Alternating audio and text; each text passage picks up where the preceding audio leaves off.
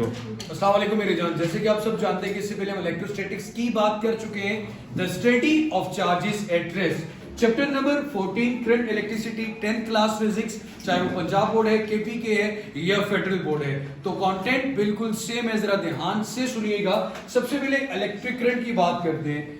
Study of charges in motion को, in motion movement of charges को discuss करेंगे इस चैप्टर में। यहाँ पे कौन से लॉ और किसने क्या लॉ दिया उसके बारे में बात करेंगे। सबसे पहले इलेक्ट्रिक करंट। तो मेरे बेटे जैसे कि एक्सप्लेनेशन आती है या definition, rate of flow of charges, rate of flow of charges, charges का flow with respect to time is called electric current, वो इलेक्ट्रिक करंट कहलाता है। सो मेरे बेटे जब रेट का वर्ड आ जाए तो ये बात याद रखिएगा कि आपसे टाइम के रिस्पेक्ट चेंज की बात की जा रही है।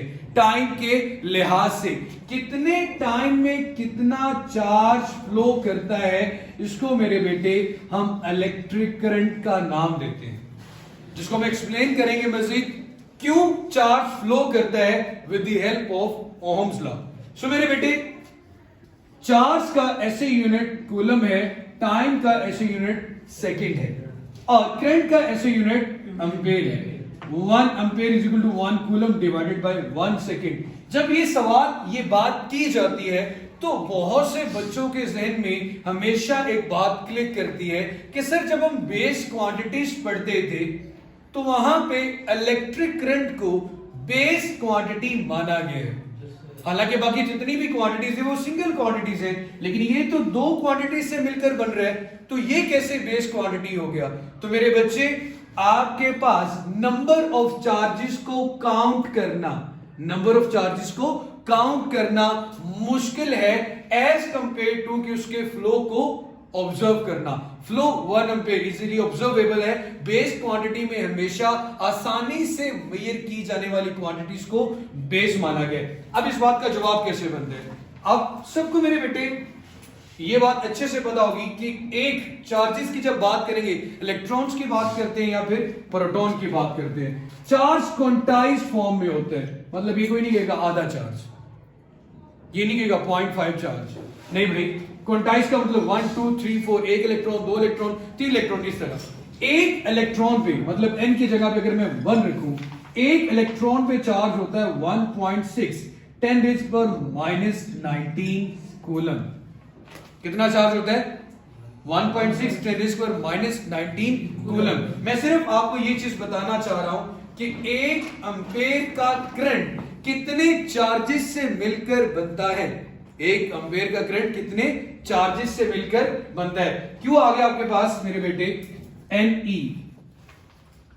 चार्ज की जगह पे हमने क्या रख लिया 1 कूलम, या यहां से 1 कूलम निकालना हो तो मेरे बेटे क्या करेंगे 1.6 मल्टीप्लाई बाय 10⁻⁻19, इधर मल्टीप्लाई और इधर आके क्या होगा डिवाइड, क्योंकि यहां पे आपने चार्ज की वैल्यू पुट करनी है ना।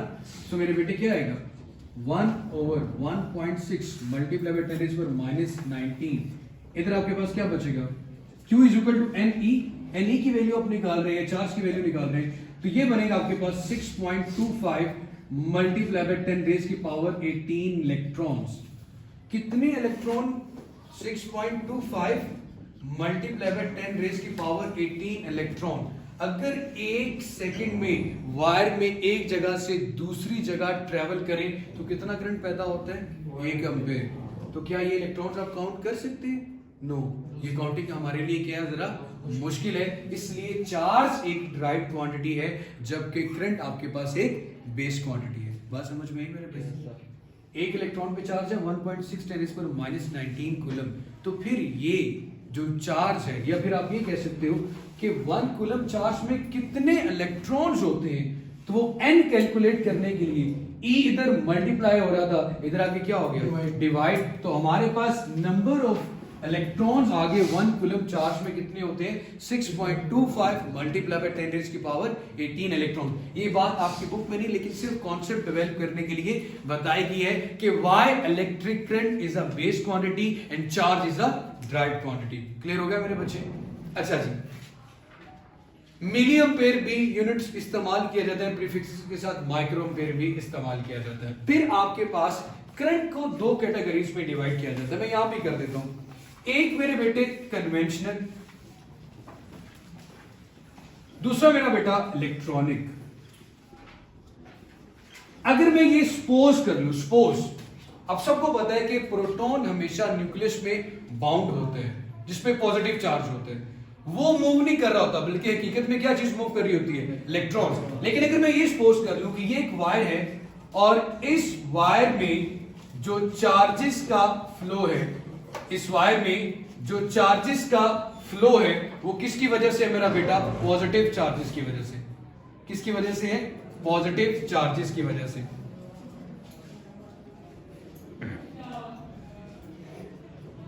अब ये कन्वेंशन, जैसे शादी से पहले मेहंदी की कन्वेंशन है, एक रस्म है, एक रिवाज है, कुछ चीजें कन्वेंशनली सेट की जाती हैं अपनी आसानी के लिए। जैसे कि ओरिजिन के राइट पे एक्स की वैल्यू पॉजिटिव होगी, ओरिजिन के लेफ्ट पे एक्स की वैल्यू नेगेटिव होगी, अबव द एक्सिस पॉजिटिव है, बिलो द एक्सिस नेगेटिव है। इसी तरह अगर मैं ये कन्वेंशनली बात करूं, क्योंकि किसी भी चीज को हाई से लो जाना समझना आसान है, क्योंकि ग्रेविटेशनल फील्ड में कोई भी चीज हाई से लो की तरफ जा रही होती है। इसी तरह हम ये मानते हैं कि फर्ज कर ले अगर किसी वायर में करंट फ्लो कर रहा हो ड्यू टू पॉजिटिव चार्जेस, तो उसे कौन सा करंट का नाम देंगे, कन्वेंशनल करंट। और उसकी डायरेक्शन क्या होगी, positive to negative, positive to negative. अब अगर मैं बात करता हूं हकीकत में क्या होता है, हकीकत में इलेक्ट्रॉनिक करंट होता है, लेकिन हम अपनी बुक्स में रिजल्ट ड्राइव करने के लिए, लॉज को डिस्कस करने के लिए कौन सा करंट इस्तेमाल करते हैं, कन्वेंशनल करंट। कौन सा इस्तेमाल करते हैं, कन्वेंशनल। अब मेरे बेटे